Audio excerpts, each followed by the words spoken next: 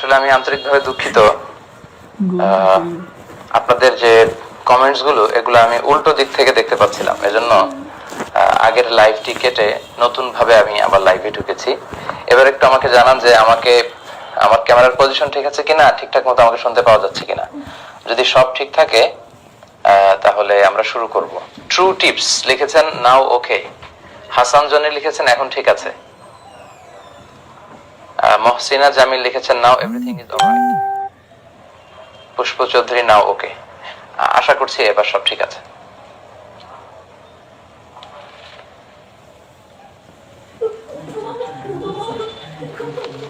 জি, আরো অনেকেই লিখেছেন যে ইটস ওকে, এখন ঠিক আছে মহতারাম।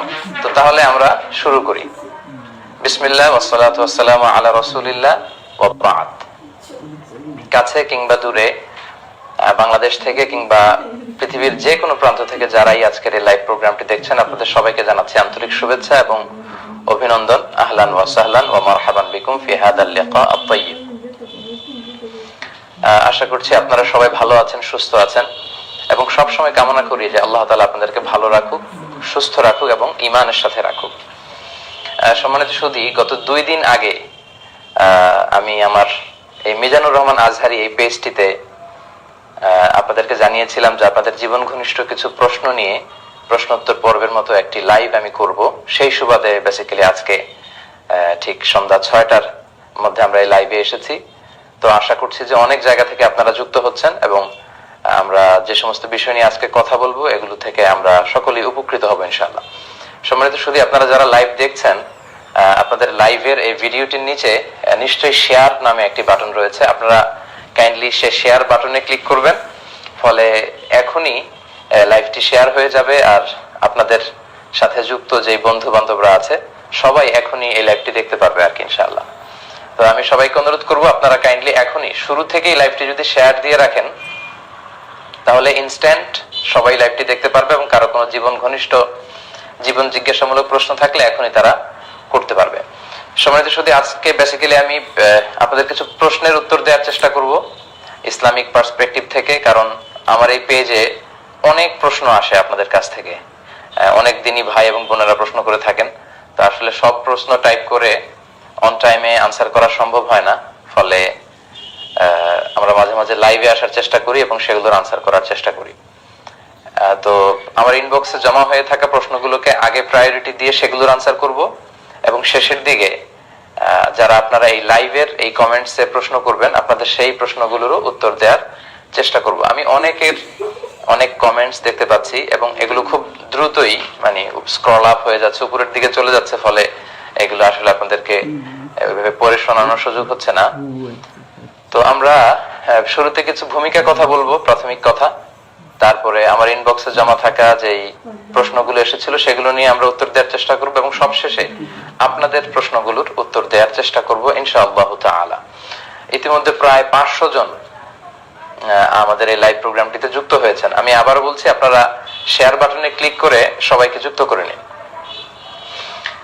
সম্মানিত সুধী, আমরা জানি যে এই সময়টা হচ্ছে বিজ্ঞানের যুগ এবং এই টেকনোলজির কল্যাণে আজকে আমরা খুব সহজেই পৃথিবীর যে কোনো ইনফরমেশন খুব সহজে হাতের নাগালে পেয়ে যাচ্ছি এবং এই তথ্য প্রযুক্তির যুগে, টেকনোলজির যুগে আমরা যারা কোরআন সুন্নাহ থেকে কথা বলার চেষ্টা করি, বাণী বাহকের কাজ করি, দাঈ ইলাল্লাহর কাজ করি, আমাদের কথাগুলো খুব সহজেই অন্যদের কাছে পৌঁছে যাচ্ছে ইউটিউবের মাধ্যমে, ফেসবুকের বিভিন্ন পেজের মাধ্যমে, নানাভাবে।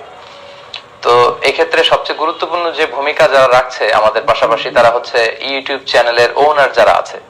তারা বেসিক্যালি আমাদের আলোচনাগুলোকে রেকর্ড করে তারা ইউটিউবে আপলোড দিয়ে দেয়, ফলে সবাই সেখান থেকে আমাদের আলোচনাগুলো শুনতে পারছে।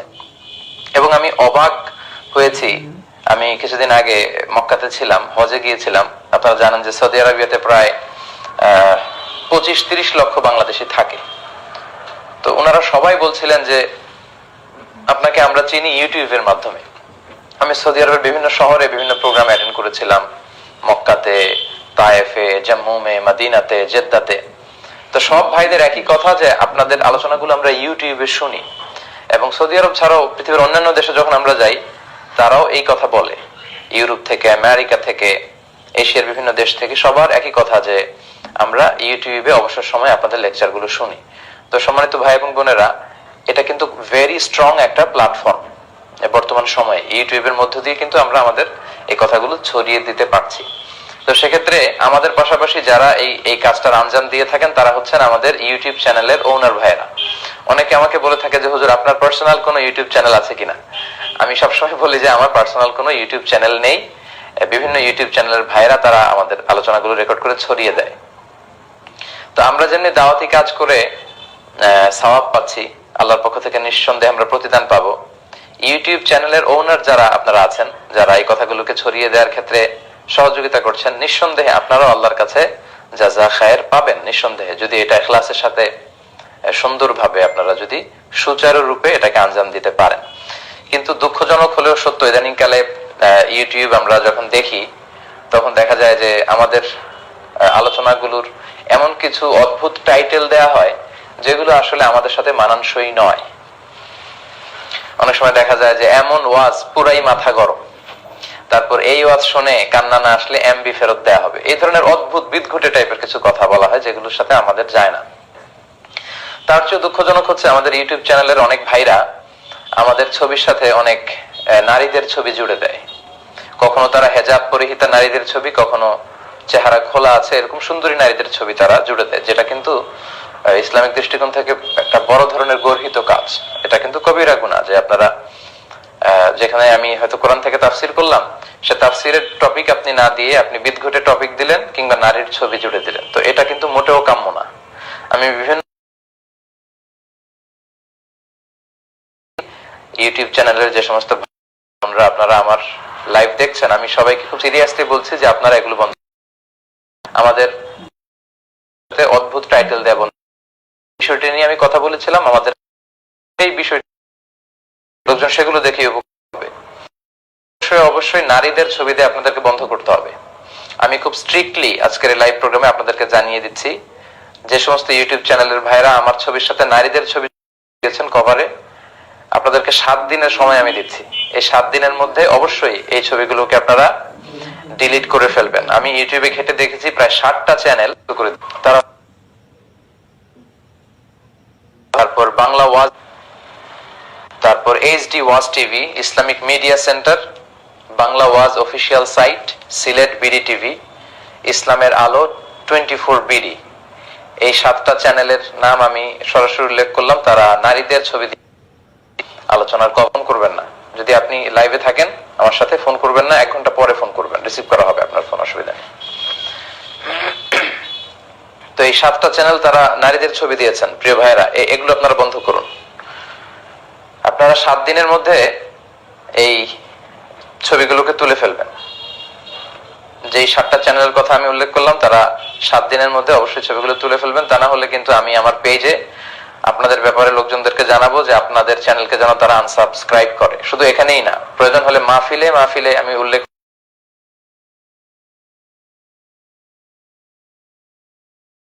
আনসাবস্ক্রাইব দিলাম। আশা করি আপনারা শুধরে যাবেন।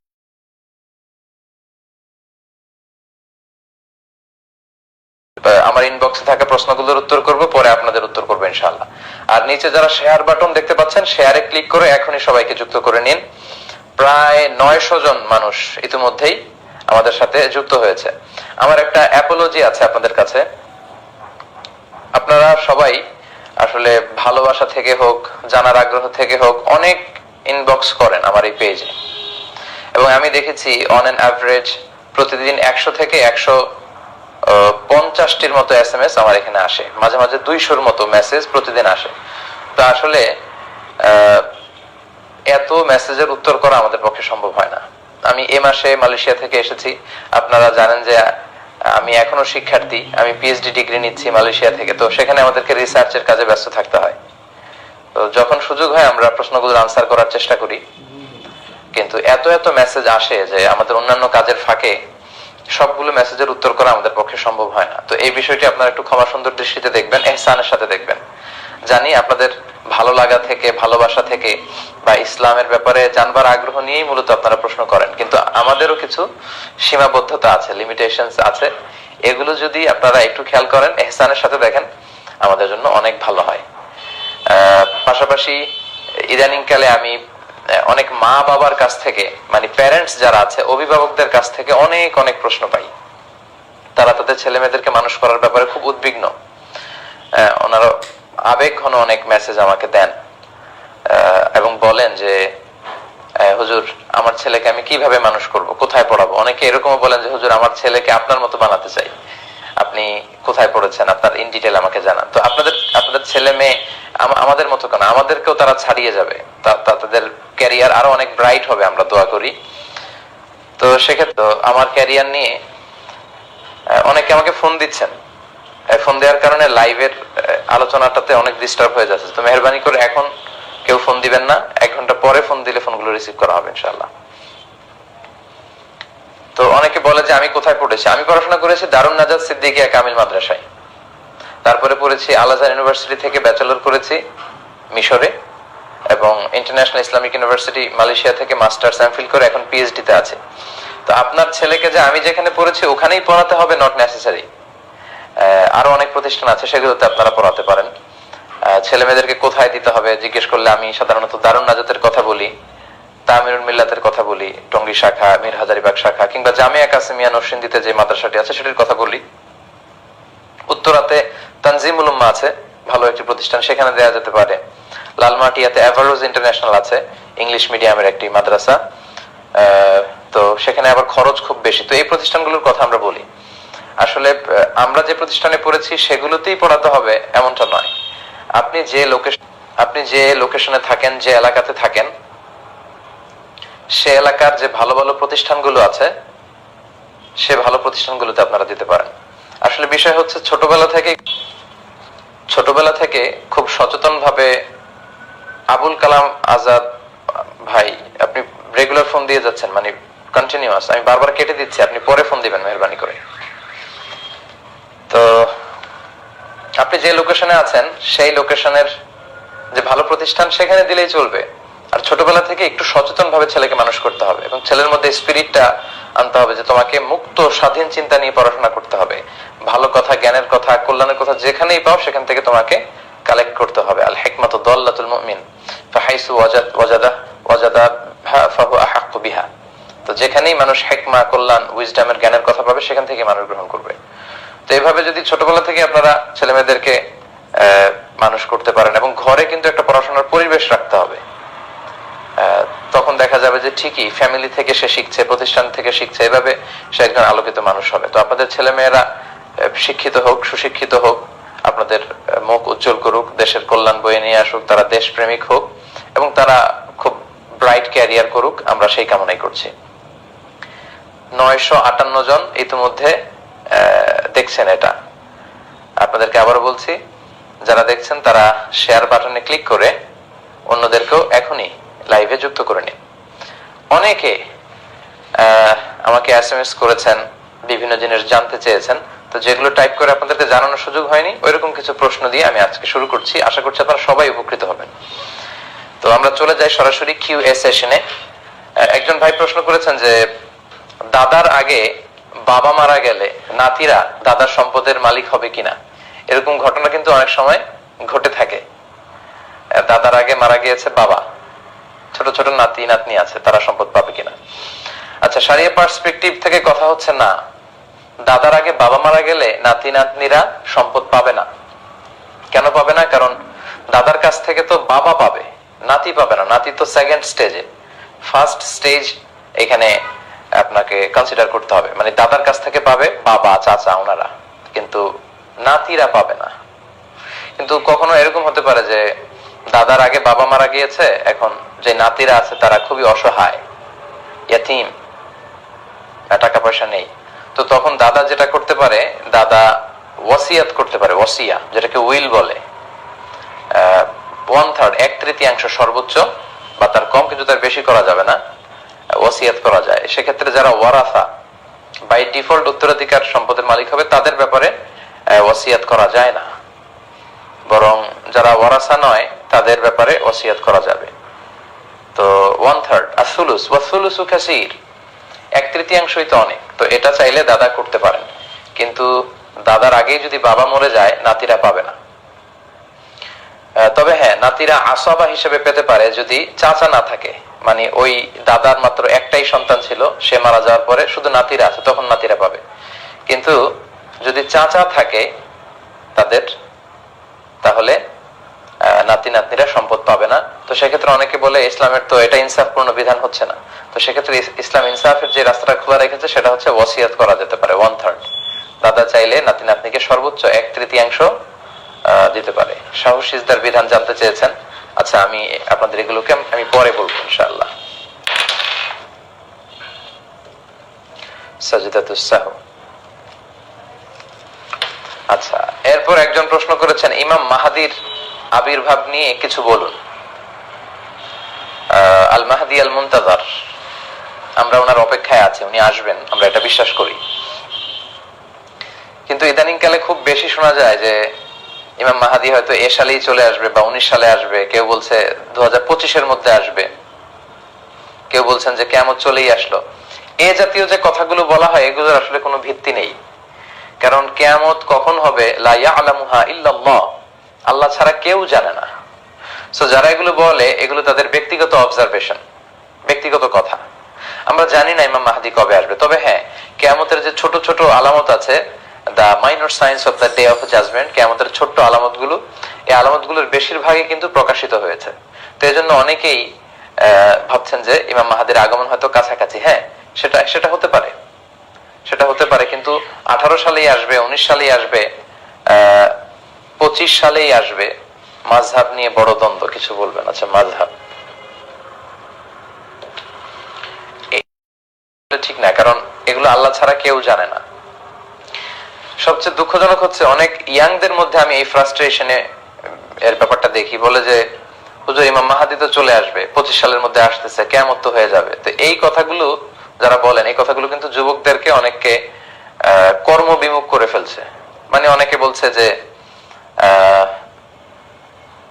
মাহাদি তো চলেই আসবে, কিয়ামত তো হয়েই যাবে, তো আমরা কি করব? আমার ক্যারিয়ার করে লাভ কি, চাকরি করে লাভ কি, এগুলো করে তো কোনো লাভ নেই। এটা একেবারে ভুল কথা। ইমাম মাহাদি কখন আসবে আসলে দেখা যাবে। ইমাম মাহাদি যখন আসবে আমরা ওনাকে সাপোর্ট করব, আমরা ওনাকে সাপোর্ট করব, আমরা ওনার সৈনিক হব, ওনার সাথে একসাথে কাজ করব। কিন্তু ইমাম মাহাদি আসবে, কিয়ামত হবে বলে সবকিছু বাদ দিয়ে কর্মবিমুখ হওয়া এটা ঠিক না। আপনি যেমন কাজ করে যাচ্ছিলেন কাজ করে যান, ইবাদত করে যাচ্ছিলেন ইবাদত করে যান, ক্যারিয়ারকে ব্রাইট করতে চেষ্টা করেছিলেন করে যান, আপনারা আপনাদের কাজকে চালিয়ে যাবেন। কিন্তু ইমাম মাহাদি আসবে, কিয়ামত হয়ে যাবে বলে আশা হারানো যাবে না।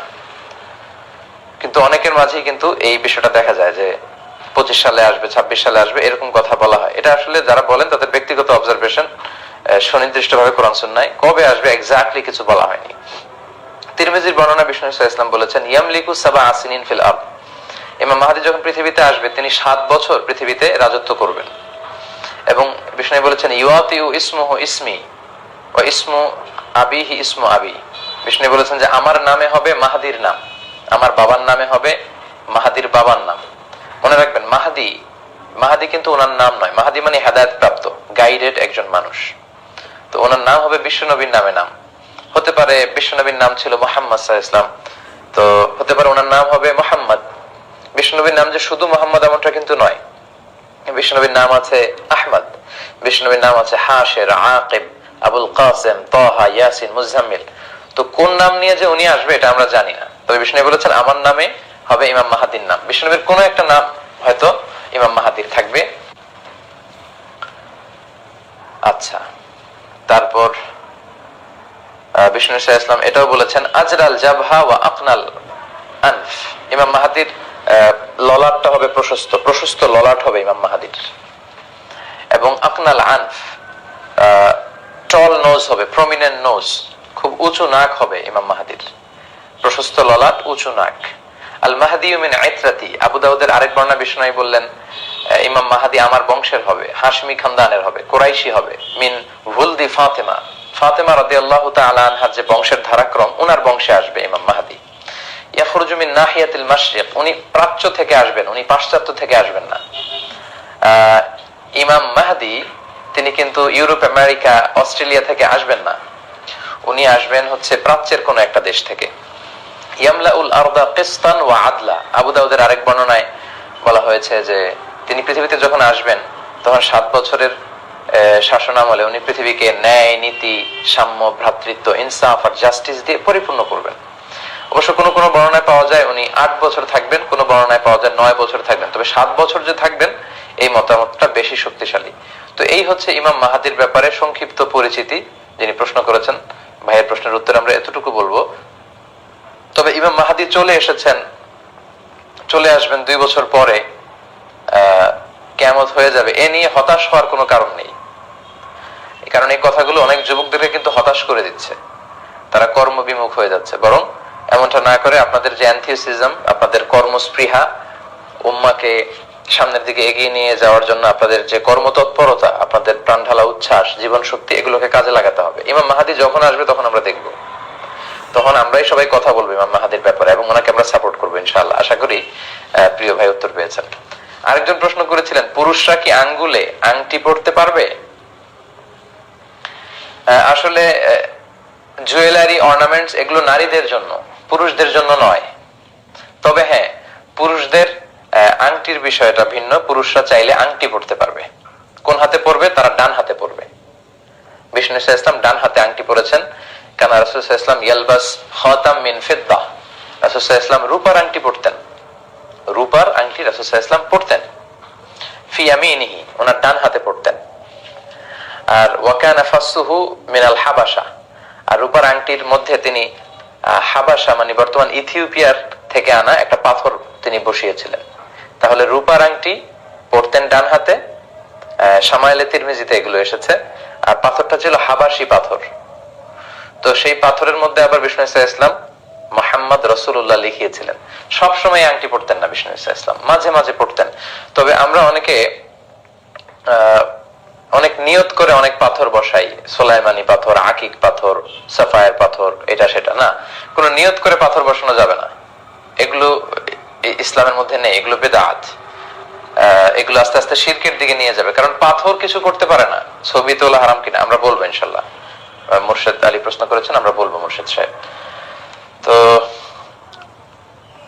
পাথর আপনার কিছু করতে পারে না, করতে পারে হচ্ছে আল্লাহ।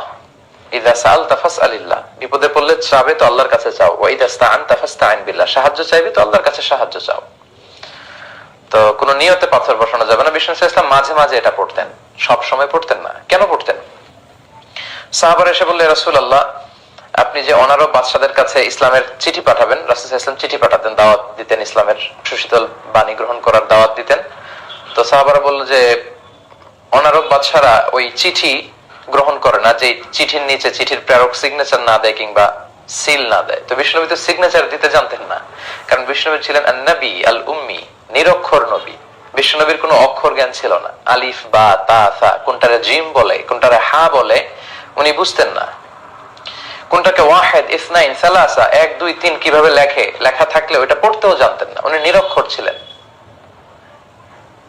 অনেকে আবার ভুল বুঝতে পারেন, বিষ্ণুনবী নিরক্ষর ছিলেন কিন্তু বিষ্ণুনবী মূর্খ ছিলেন না। নিরক্ষর আর মূর্খ পার্থক্য আছে। নিরক্ষর হচ্ছে ইলিটারেট আর মূর্খ মানে ইগনোরেন্ট। বিষ্ণুনবী ইগনোরেন্ট ছিলেন না, উনি ছিলেন ইলিটারেট, অক্ষর চিনতেন না।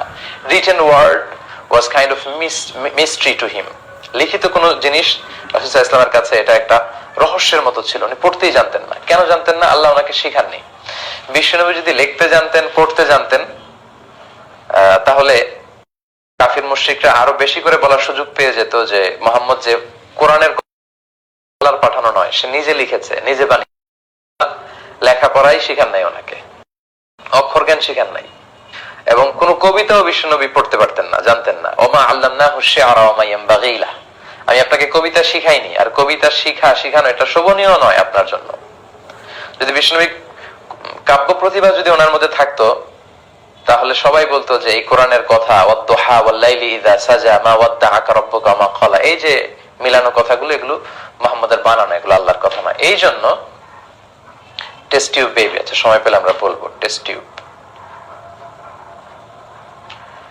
এই জন্য আল্লাহ তাআলা বিষ্ণু ঈসা ইসলামকে অক্ষর জ্ঞান শিখাননি। তিনি বিষ্ণু ঈসা ইসলামকে আল্লাহ তাআলা নিরক্ষর রেখেছেন। তাই বলে তিনি মূর্খ নন, তিনি জ্ঞানী ছিলেন। বিষ্ণু বলেছেন আদাবানি রব্বি ফাআহসানা তা'দীবি, আল্লাহ আমাকে আদব শিখিয়েছেন, জ্ঞান শিখিয়েছেন, ফলে আমার আদব, আমার জ্ঞান হয়েছে পৃথিবীর সবচাইতে শ্রেষ্ঠতম আদব আর শ্রেষ্ঠতম জ্ঞান। তো বিষ্ণু ইসা ইসলাম ডান হাতে আংটি পরতেন, রূপার তৈরি আংটি পরতেন। খবরদার স্বর্ণের আংটি পরা যাবে না। পুরুষদের জন্য সিল্কের কাপড় পরা যেমনি হারাম, স্বর্ণ ব্যবহার করাও হারাম।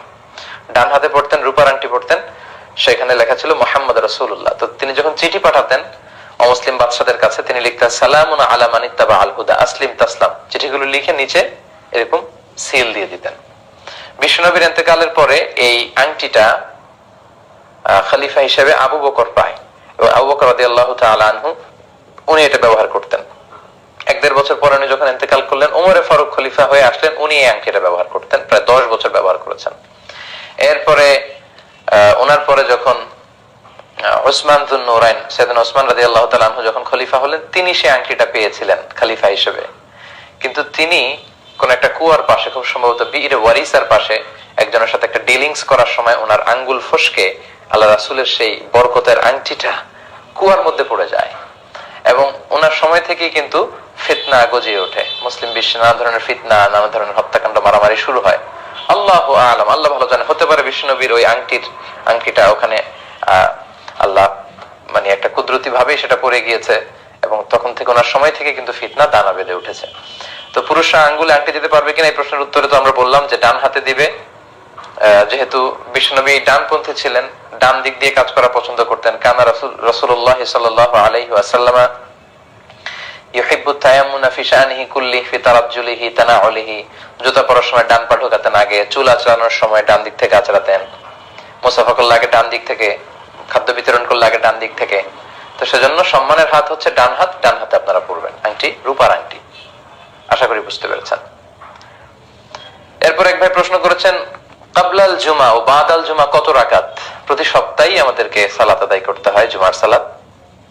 শ্রেষ্ঠ একটি দিন, এদিনে কিয়ামত হবে। এদিনে আদম আলাইহিস সালামকে আল্লাহ তাআলা সৃষ্টি করেছেন। আদম আলাইহিস সালামকে পৃথিবীতে এই জুমার দিনেই পাঠানো হয়েছে, জুমার দিনে দোয়া কবুল করা হয়েছে ওনার, জুমার দিনেই কিয়ামত হবে।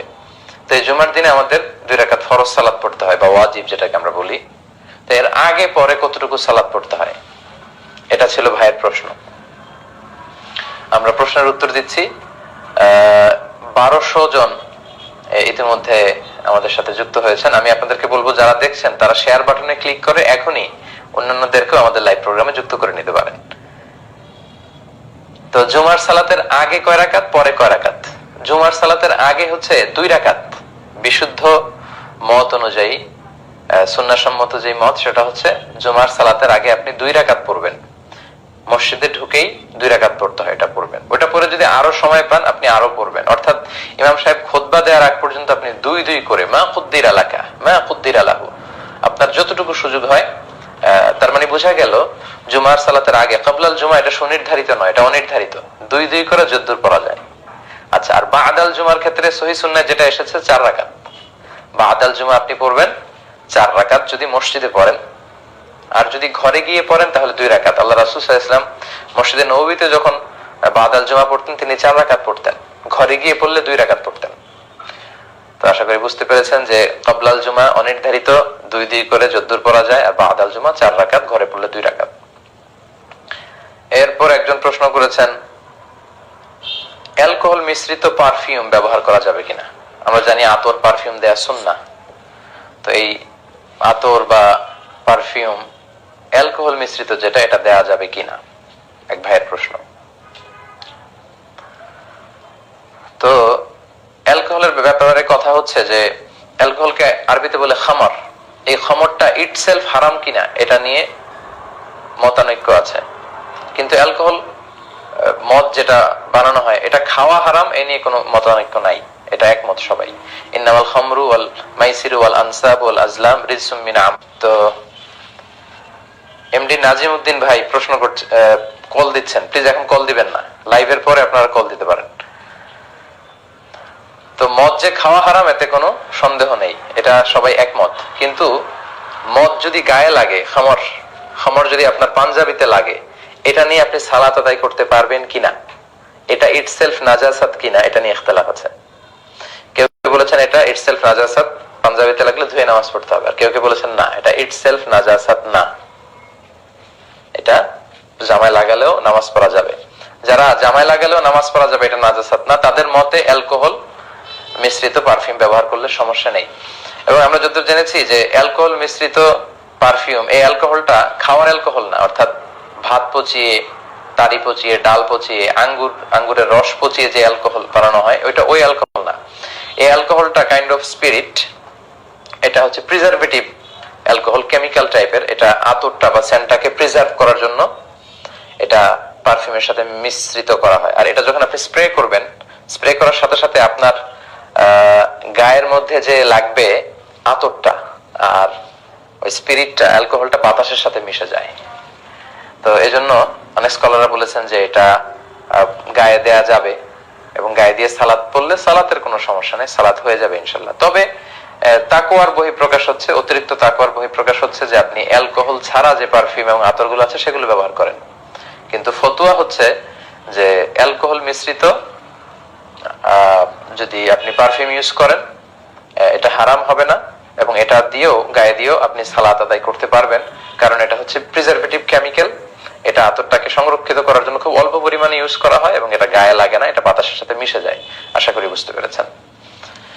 আরেক ভাই প্রশ্ন করেছেন প্রভিডেন্ট ফান্ডের যাকাত দিতে হবে কিনা এবং এটা সুদ হবে কিনা। খুবই জীবন ঘনিষ্ঠ একটা ব্যাপার। আমরা দেখতে পাচ্ছি মোল্লা নাজিমউদ্দিন ভাই যুক্ত হয়েছেন, আহলান ওয়া সাহলান।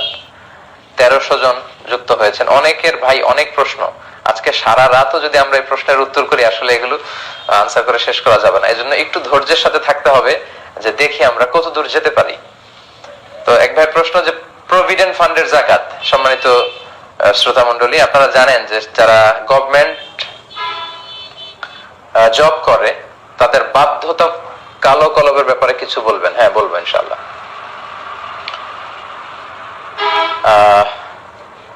গভর্নমেন্ট জব যারা করে তাদেরকে বাধ্য হয়ে তাদের স্যালারির 10% বা 15% প্রতি মাসে দিয়ে দিতে হয় বা কেটে নেওয়া হয়, এবং